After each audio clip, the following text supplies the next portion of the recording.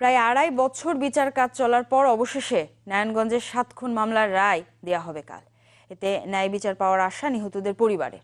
তাদের প্রত্যাশা এই রায়টি হবে প্রভাবমুক্ত।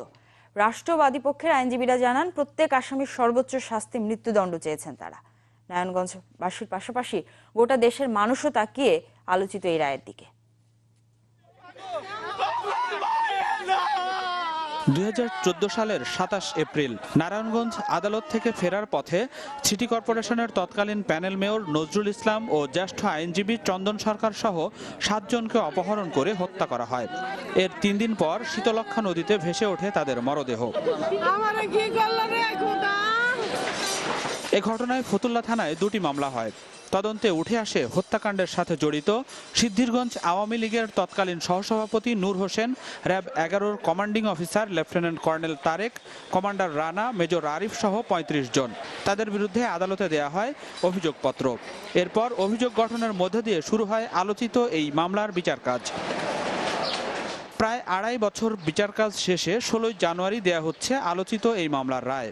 রাষ্ট্রপক্ষ ও বাদীপক্ষের আইনজীবী বলছেন, অভিযুক্তদের বিরুদ্ধে আনা অভিযোগ প্রমাণিত হয়েছে, তাই অপরাধীদের সর্বোচ্চ শাস্তি হবে বলে আশা তাদের। হত্যা করেছেন, গুম করেছেন এবং ষড়যন্ত্র এবং পরিকল্পনা মাফিক এই হত্যাকাণ্ডটি বাস্তবায়ন করেছেন। এই সাক্ষ্য প্রমাণের মাধ্যমে মামলাটি আমরা সম্পূর্ণভাবে প্রমাণ করতে সক্ষম হই। সকল প্রতিবন্ধকতা শেষে আমরা মনে করি যে এই মামলার সর্বোচ্চ শাস্তি আমরা এই আদালত থেকে পাব, সেই আশাটি আমরা পোষণ করি।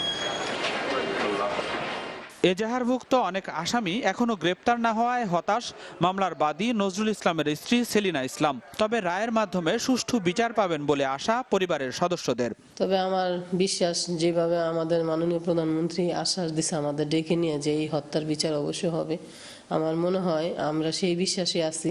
আমি চাবো এটা শাস্তি, সর্বোচ্চ শাস্তি হোক। যারা এর সাথে প্রত্যক্ষ এবং পরোক্ষভাবে, আল্লাহ যেন তাদের দুনিয়াতেও শাস্তির ব্যবস্থা করে এবং আখিরাতেও তাদের শাস্তির ব্যবস্থা করে।